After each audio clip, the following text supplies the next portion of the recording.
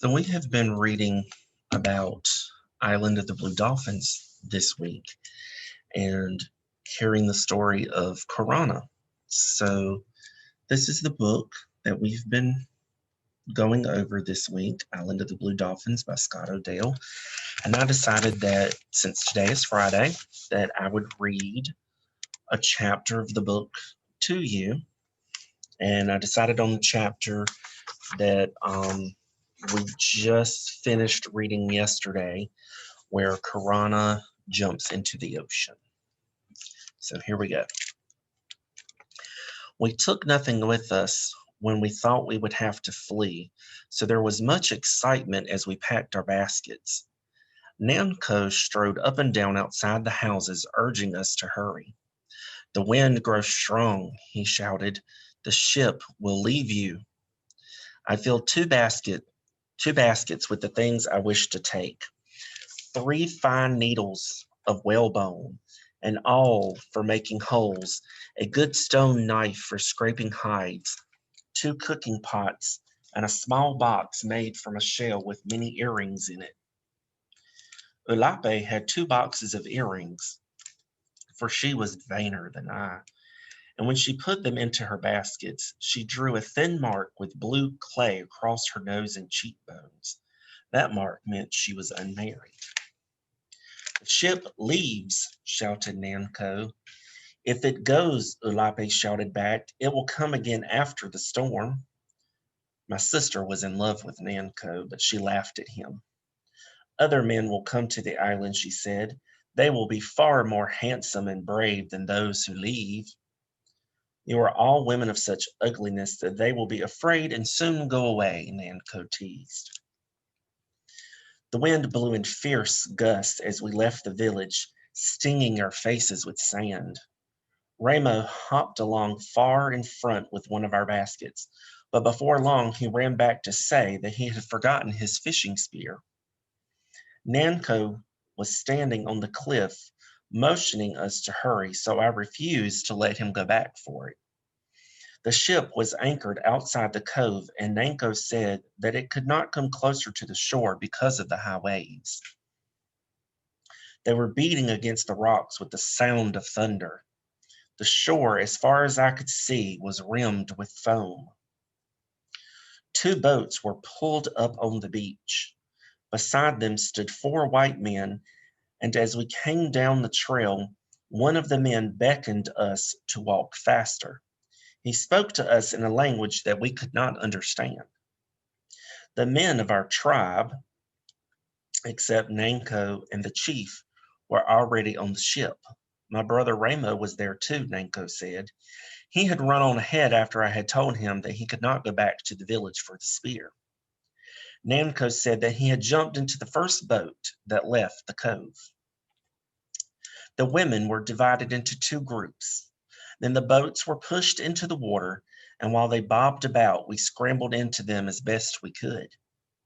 The cove was partly sheltered from the wind, but as soon as we went through the passage between the rocks and into the sea, great waves struck us. There was much confusion. Spray flew. The white men shouted at each other. The boat pitched so wildly that in one breath you could see the ship, and in the next breath it had gone. Yet we came to it at last, and somehow were able to climb onto the deck. The ship was large, many times the size of our biggest canoes.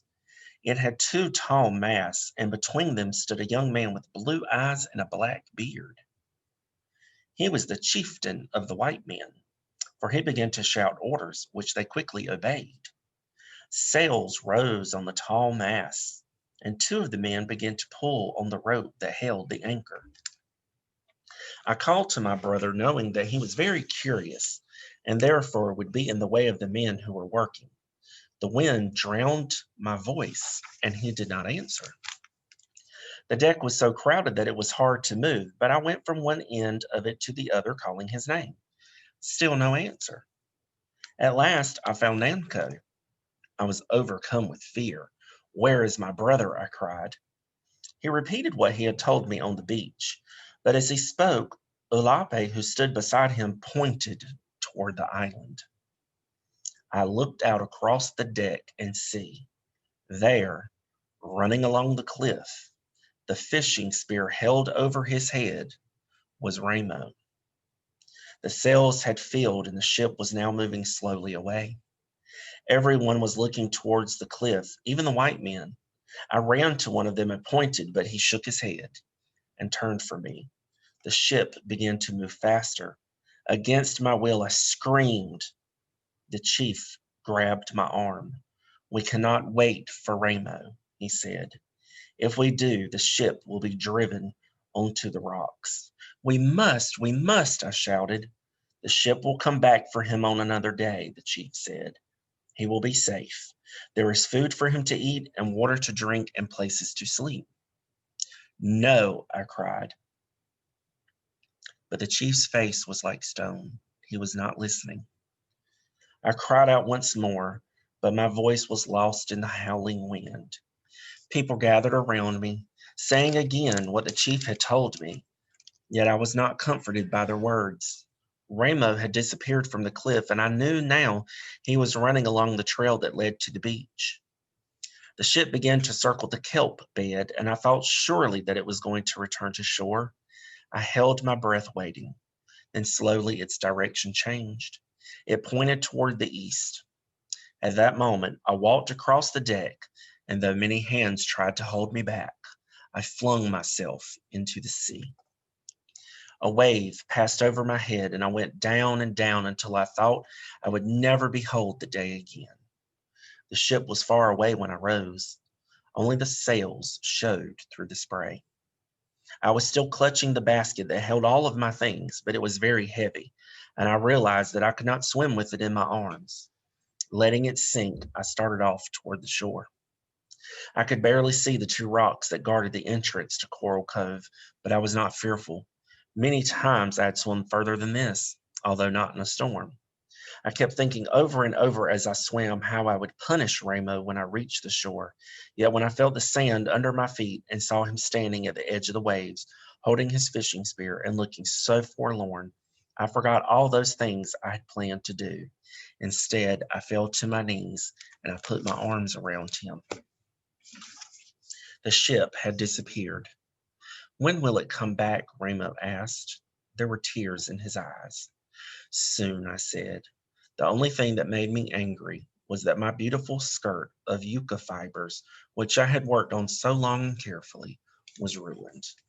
And there is a picture of Karana as she jumps off the ship and into the ocean.